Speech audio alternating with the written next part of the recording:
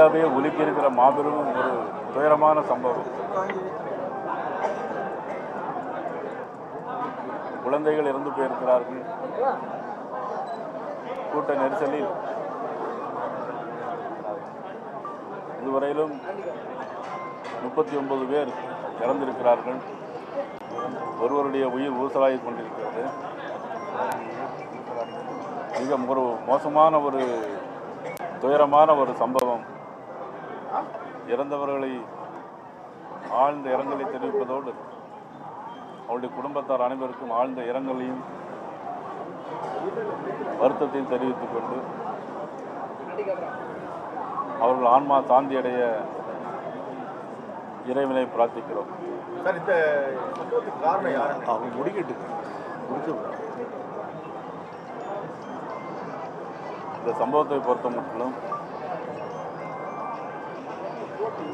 இன்றைக்கு supreme கோர்ட்டுடைய sitting bench உடனடியாக இதை விசாரணைக்கு எடுத்துக்கொள்ள வேண்டும். நேரடி விசாரணைக்கு எடுத்துக்கொண்டு இதுக்கு விசாரணை செய்ய வேண்டும் என்று தமிழக பாரதிய ஜனதா கட்சியினுடைய சார்பாக நான் கேட்டுக்கொள்கிறேன். சார், உயர்நீதிமன்றம் பல்வேறு அறிவுரைகளை சொல்லிட்டு விதிமுறைகளையும் விதிச்சிருக்கு. அதே போல போலீஸ் தரப்புலையும் சொல்லியும் 8:45 கூட்டம் நடைபெறுற இடத்துல 2-2:30 மணிக்கு தான் வந்தாங்க. அதே மாதிரி இங்கே 3 மணிக்கு கொடுத்த இடத்துல நைட்டு 7 மணிக்கு தான் வந்தாங்க. இதை எப்படி பார்த்தீங்க? அதாவது இந்த சம்பவத்தை பொறுத்த மட்டும் உடனடியாக யாரையும் குறை சொல்வது என்பது தீர விசாரிக்க வேண்டும்.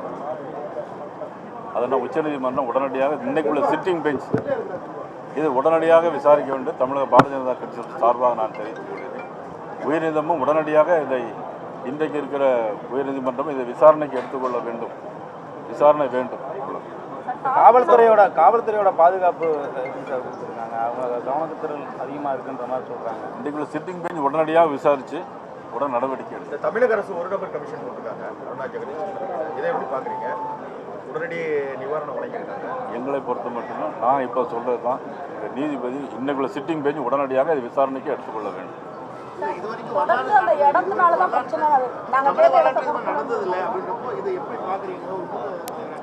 நாங்கள் இடத்தெல்லாம் பார்த்துட்டு வந்து கரெக்டாக பார்த்து சொல்கிறோம் சார்.